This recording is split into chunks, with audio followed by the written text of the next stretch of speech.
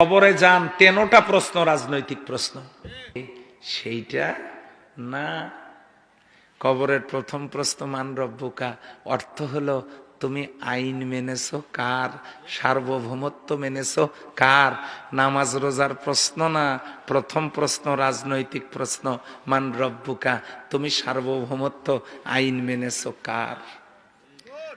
2 নম্বরের প্রশ্ন আমার দিনুকা, এখানেও নামাজ রোজা হজ যাকাতের প্রশ্ন না, আমার দিনুকা, তুমি কোন দলের লোক, কোন দলের লোক। হুজুর এখানে দল পাইলেন কই, দিন মানে ইসলাম, সেটা হলো ইন্নাদ দীনা ইনদাল্লাহিল ইসলাম, দিন মানে কোরআন, লিউযহিরাহু আলাদ দীনি কুল্লি, দিন মানে হলো কোরআন, দিন মানে হলো আদর্শ। ইন্নী আখাফু আন ইউবাদদিলা দীনাকুম, দিন মানে কমপ্লিট জীবন ব্যবস্থা। আল ইয়াউমা আকমালতু লাকুম দীনাকুম ওয়া আতমামতু আলাইকুম নি'মাতি ওয়া রাদিতু লাকুমুল ইসলাম দীনান। কয়টা দলিল দেব আপনাদেরকে? দিন মানে আন্দোলন, দিন মানে সংগঠন, দিন মানে মালিক ইয়াউমিদ্দিন, দিন মানে কিয়ামত। তাহলে আমার দিনুকা, তুমি কোন দলের লোক। এটাও রাজনৈতিক প্রশ্ন, নামাজ রোজার প্রশ্ন নয়। 3 নম্বরের প্রশ্ন আমার নবীকা, নাবা, নাবা মানে ব্রেকিং নিউজ, নাবা মানে সংবাদ শিরোনাম, নাবা মানে হেডলাইন্স। সেখান থেকে নবী, নবী মানে মেসেঞ্জার, নবী মানে সংবাদদাতা, নবী মানে সাংবাদিক। কিসের সংবাদ? নিউজ, এনতে নর্থ, ইতে ইয়েস্ট, একটা হলো উত্তর, একটা পূর্ব, ডাব্লুতে ওয়েস্ট পশ্চিম, আর এসতে হলো সাউথ, তার মানে দক্ষিণ। পূর্ব পশ্চিম উত্তর দক্ষিণ মিলে ইন দ্য আর্থ, গোটা পৃথিবী। এই পৃথিবীর সমস্ত সংবাদ যিনি পরিবেশন করেন তিনি হলেন নবী, লিডার। তার মানে ওমান নাবিয়ুকা, তোমার নেতাকে। তুমি আইন মেনেছো, সার্বভৌমত্ব মেনেছো কার, দল করেছো কোনটা, তোমার দলের নেতাকে। শেষ প্রশ্নটাও নামাজ রোজা হজ যাকাতের প্রশ্ন নয়, এটাও রাজনৈতিক প্রশ্ন। 3টে রাজনৈতিক প্রশ্ন কবরে। আর এই লোক বলে হুজুর শেষ পর্যন্ত আপনিও রাজনীতি করেন, আপনিও রাজনীতি করেন। কবরে যান 13টা প্রশ্ন রাজনৈতিক প্রশ্ন। তাহলে আল্লাহর জমিনে আল্লাহর আইন নাই, আপনি আইন মানতেছেন কার? কবরে গিয়ে কি প্রশ্নের জবাব দিবেন?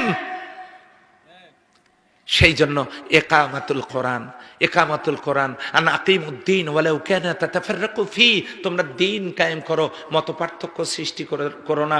হাত কোথায় বাঁধবো সেটা ইসলাম কায়েমের পরে সিদ্ধান্ত নেওয়া হবে। কোন রঙের পোশাক পরবো সেটাও সিদ্ধান্ত আমরা ইসলাম কায়েমের পরে নেব।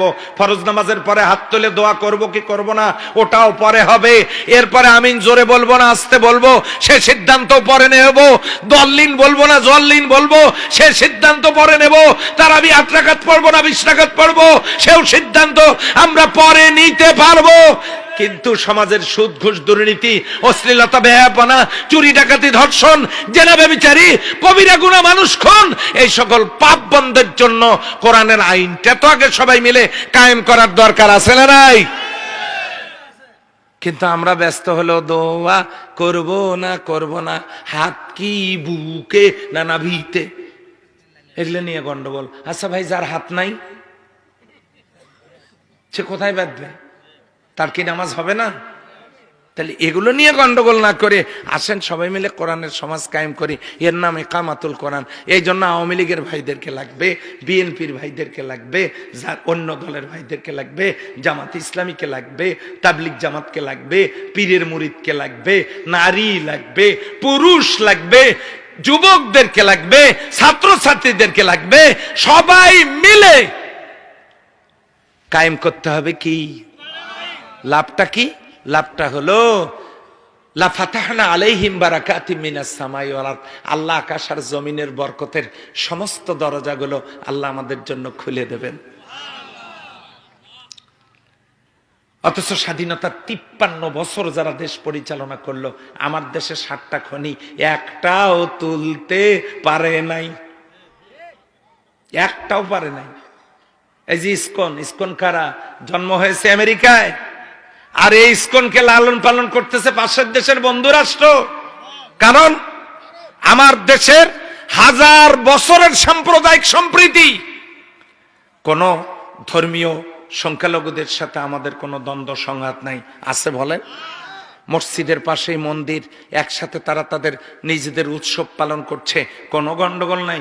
অথচ তারা ইসকনের নামে সাম্প্রদায়িক সম্প্রীতি বিনষ্টের জন্য তারা তো আত্মপ্রকাশ করেই একজন মুসলিম আইনজীবীকে হত্যা করেছে, জবাই করে।